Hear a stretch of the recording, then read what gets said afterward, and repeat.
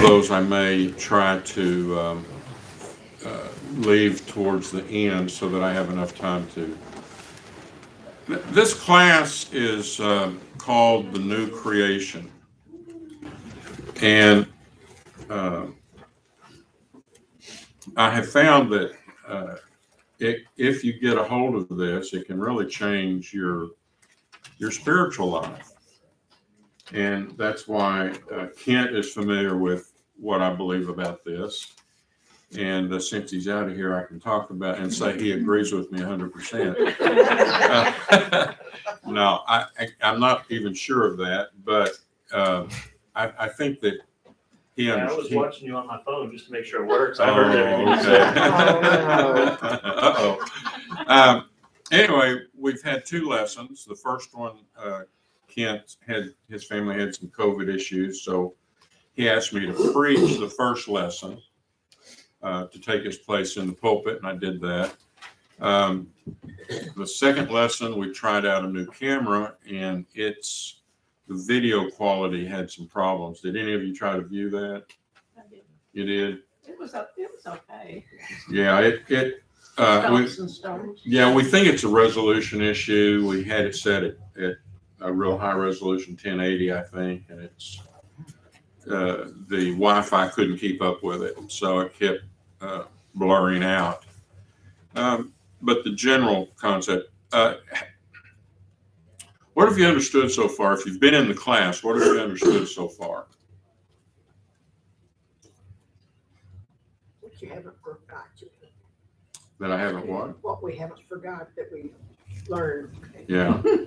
I don't know. I see. Well, let me tell you kind of where I've been the last 2 weeks and where it's going. When I first became a Christian 50 years ago, yes, I am that old. I know I look much younger. But when I first became a Christian, what was preached and taught and the notion that I had as a result of that was that my goal was to get saved and go to heaven. And the way I understood that was that I would have a cloud, metaphorically, but I'd have a cloud, and so it's like the cartoons that you see as a child, the cat gets killed and he goes to heaven, he sits on a cloud with a harp and a halo. And I envisioned something maybe similar to that. And then as I got a little older in my faith and read a little bit more Bible, I thought the picture in Revelation of the streets of gold and so on would be kind of the picture. And then I would be forever a saved angel. I thought I'd become an angel.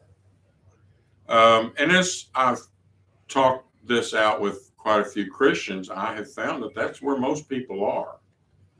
They don't really have a good idea of what's going to happen at the end of time when God brings it all to an end. What I've learned since then over the years is that that's not at all what God has in mind for us. That God had in mind and has in mind, and why he created humans initially, was so that we would be, I'm going to use a term that he doesn't use in the Bible, but we're going to be second in command. He's going to be first. We, his children, are going to be second in command to him. And even the angels will function under us in terms of authority. I use the illustration that if I bought a grocery store and I own the store and I turned the management of that store, I turn it over to my children and grandchildren, and I tell them, I want you to run this store, then that's their responsibility, and I'm going to support them, and I'm going to be the money that backs what they're doing, and allow them to manage that store. Now, the problem is, and I wanted to do this, so that we could co-op together. And then the problem is if they rebel against my management or against my ownership, and they try to subvert it, and they try to turn the store over and have a new owner, and they then that creates a problem. They've jeopardized the whole purpose of what I wanted to accomplish. And that's what I see kind of like in the creation. God created the creation. He creates man. He puts man over the creation. And man then begins through sin, begins to turn to other gods and turn to themselves. And man falls. And what I mean by that is that he falls from his purpose. He's not accomplishing what God intended man to do. And so as a result of that, man is subjected to death. Now, I've been talking about this a little bit, and let me clarify it. A lot of times we get the idea sin equals death, right? Right. Huh? Yeah. Yeah. And we get the idea that death is a natural result, or death is a natural result of sin. But it's not.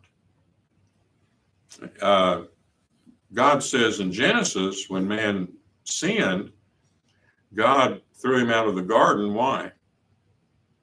So we would need